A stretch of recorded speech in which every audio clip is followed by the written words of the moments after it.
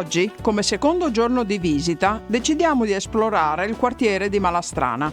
Ma prima di affrontare la salita fino al castello, visitiamo la chiesa di San Nicola, al quale è stata dedicata una statua proprio sulla facciata. Fondata dai Gesuiti nel XVIII secolo, oggi è una chiesa ussita, davvero molto ampia e abbellita da oltre 50 statue in marmo bianco e oro, dedicata proprio ai santi gesuiti. Gli affreschi, realizzati a metà del 1700, sono molto ricchi e abbelliscono anche la cupola, che ha un diametro di 20 metri.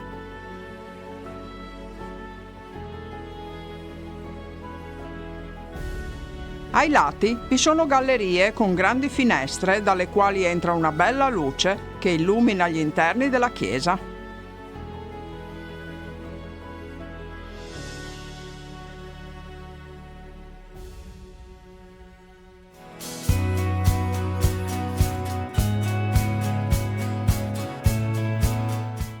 Per raggiungere il castello, che domina dall'alto la collina, percorriamo a piedi una strada ricca di negozi di artigianato locale, compreso un negozio di marionette in legno davvero curioso.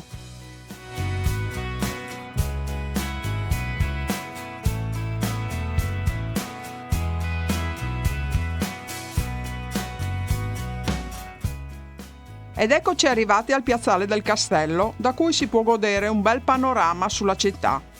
Ma il castello lo visiteremo più tardi.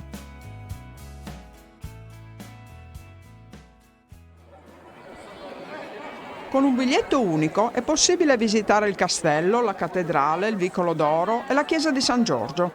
E noi decidiamo di iniziare dalla cattedrale di San Vito, la cui costruzione, voluta dal re Carlo IV, è iniziata a metà del 1300 e completata nel 1929, dopo ben 600 anni.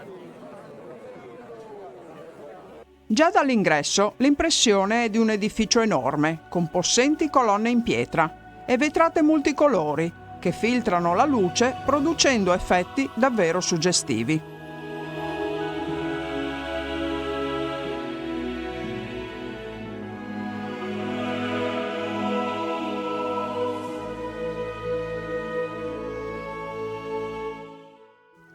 E non si può fare a meno di notare la precisione della rappresentazione di scene bibliche con tutti questi pezzetti di vetro colorato.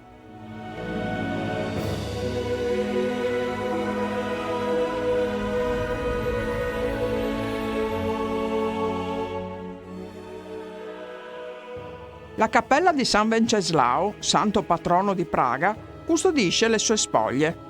E gli affreschi alle pareti raccontano la vita del santo, vissuto nel X secolo, e molte scene della Passione di Cristo. Davanti a questo altare sono state celebrate decine di incoronazioni e alcuni monarchi sono stati sepolti in questa chiesa.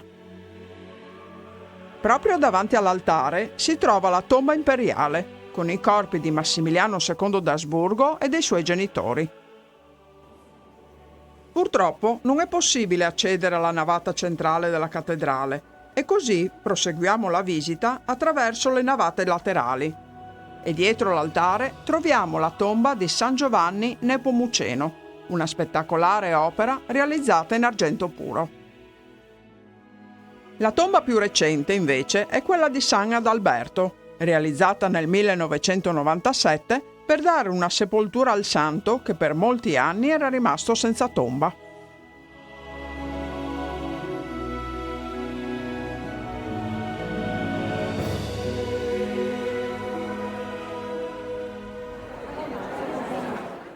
Ma un tempo l'accesso alla cattedrale avveniva attraverso la Porta Dorata, decorata con un mosaico di 1 milione di tessere d'oro che rappresenta Cristo in veste di giudice e Carlo IV e sua moglie inginocchiati.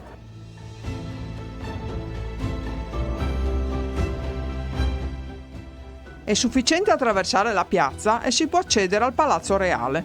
Entriamo subito nella Sala Vladislav o Sala dei Cavalieri, una sala enorme con uno splendido soffitto a volta e sembra che nel XV secolo venisse usata per organizzare giochi a cavallo.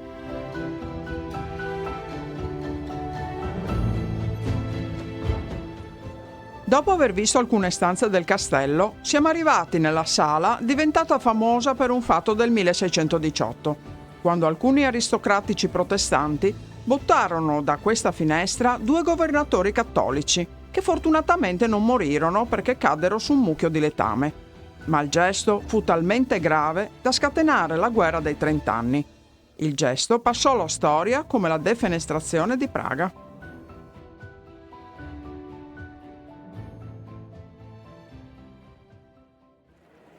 All'interno del complesso è possibile visitare anche la chiesa di San Giorgio, fondata già nel X secolo e dedicata a Ludmilla di Boemia, le cui spoglie si trovano all'interno della chiesa.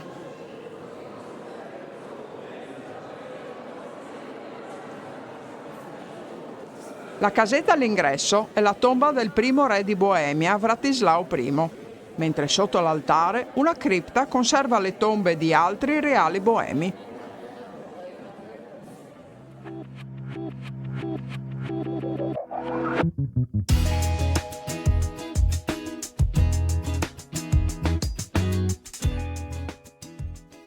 Dalla piazza del castello, in pochi minuti a piedi, si raggiunge il Vicolo d'Oro, una strada con minuscole casette colorate del XVI secolo.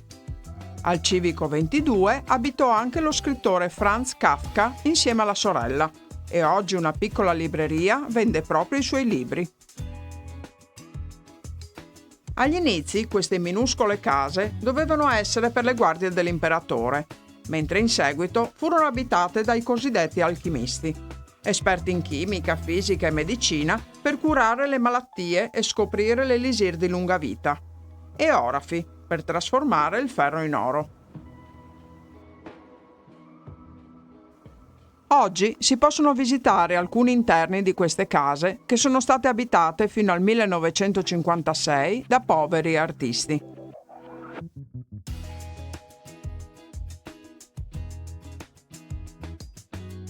Nell'ultima casa del vicolo ha vissuto Joseph Kazda, grande appassionato di cinematografia. Riuscì a salvare molte pellicole dalle razzie tedesche della Seconda Guerra Mondiale.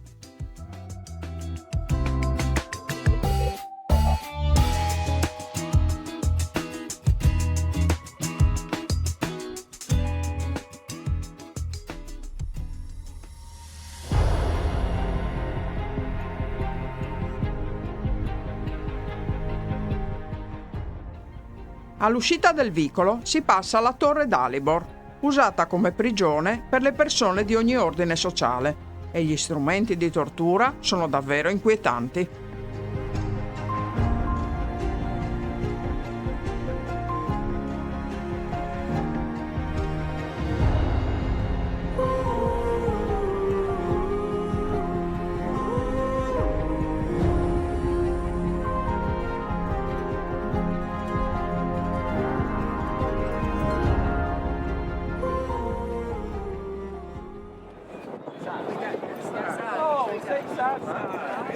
Ma ritorniamo verso l'ingresso del castello, dove ogni giorno alle 12 si tiene la cerimonia del cambio della guardia. Purtroppo noi arriviamo alle 13 e ci dobbiamo accontentare di una versione ridotta della cerimonia.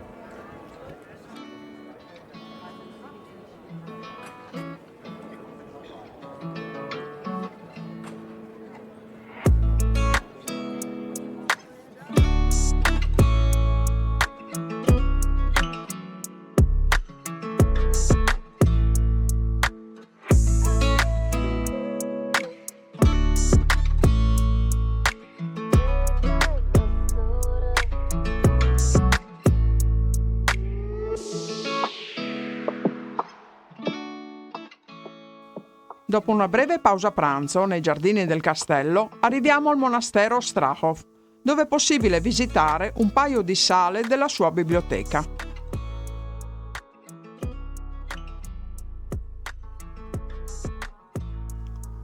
La biblioteca custodisce migliaia di libri, alcuni dei quali manoscritti medievali, di cui si possono vedere solo delle copie.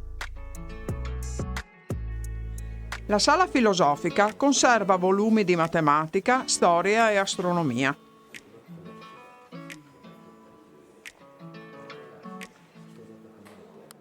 e l'affresco del soffitto raffigura lo sviluppo spirituale dell'umanità, con filosofi e personaggi storici della Boemia. La sala teologica del 1600 è la parte più antica della biblioteca. Contiene testi di teologia e alcune Bibbie molto pregiate. Gli affreschi dei soffitti, realizzati nel 1700, sono davvero bellissimi.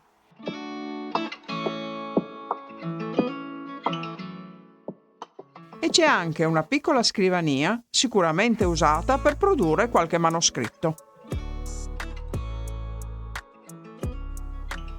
Nei corridoi si possono ammirare alcuni mappamondi antichi e molti altri oggetti di grande interesse.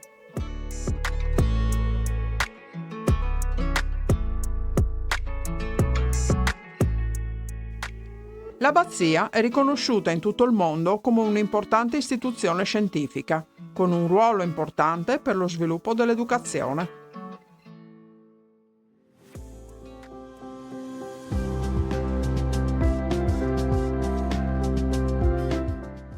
Accanto alla biblioteca è possibile visitare la Basilica dell'Assunzione della Vergine Maria, nella sua versione della metà del 1700. La navata centrale è molto ampia e i pilastri laterali sono impreziositi da 10 altari dedicati a diversi santi come Sant'Agostino o San Giovanni Nepomuceno. La volta è dipinta con un ciclo di affreschi dedicati alla Vergine Maria e arricchita da stucchi bianchi che danno un tocco molto luminoso alla chiesa.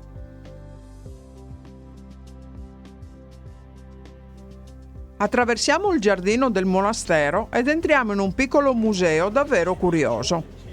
Il museo della miniatura è incredibile. Ma come è possibile disegnare il ritratto di Chekhov su un seme di papavero?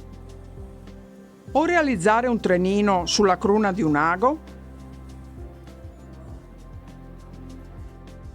Beh, questo signore ci riesce benissimo e noi possiamo ammirare le sue micro opere con una lente di ingrandimento.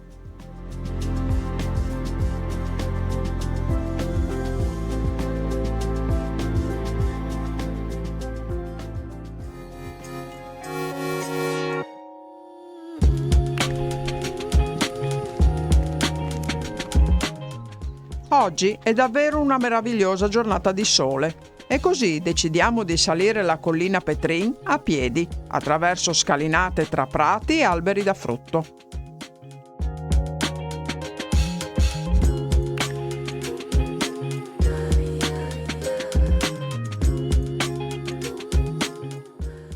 Ed eccoci arrivati in cima alla collina dove troviamo la Torre Petrin.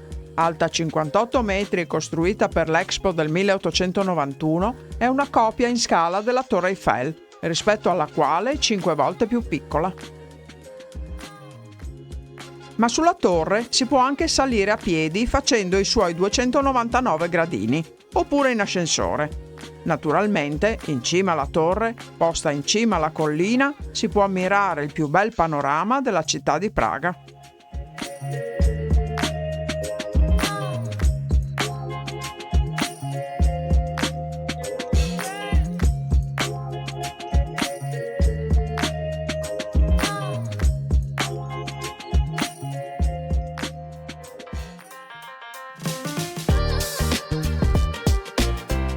Segnaliamo che la tessera per tutti i mezzi pubblici per 3 giorni costa circa 13 euro ed è compresa anche la funicolare della collina Petrin che è possibile prendere per scendere verso la città. La funicolare agli inizi funzionava con un sistema idraulico, mentre oggi l'alimentazione elettrica ci permette di scendere i 500 metri in pochi minuti.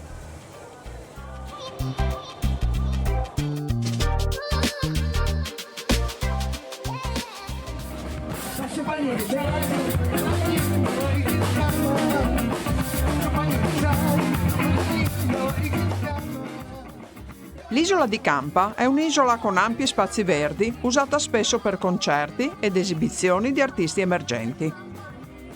Viene usata spesso dai praghesi anche per rilassanti passeggiate, durante le quali si possono trovare originali opere di David Czerny, come i bambini in bronzo che gattonano. We don't need to work, we Tra l'isola di Campa e il vicino quartiere di Malastrana si insinua la Certolca, o Canale del Diavolo, un breve tratto del fiume un tempo ricco di mulini.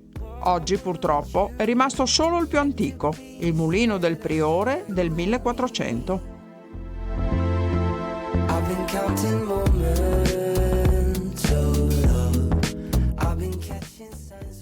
Dal mulino, con una breve passeggiata, si arriva al muro di John Lennon. Agli inizi era stata dipinta solo l'immagine del cantante, mentre oggi è possibile scrivere una frase in favore della pace e della libertà, e il risultato è un muro multicolore che attira l'attenzione di tutti, non solo i fan di John Lennon. Cruising down the boulevard, kissing in the backseat of the car, making love under the stars. Anche questo secondo giorno a Praga volge al termine e la luce del tardo pomeriggio rende l'ambiente molto suggestivo. Domani avremo ancora quartieri della città da visitare e condividere con voi. Continuate a seguirci. All I wanna do is satisfy you. Baby, all you want is to be satisfied with me. I've been catching signs from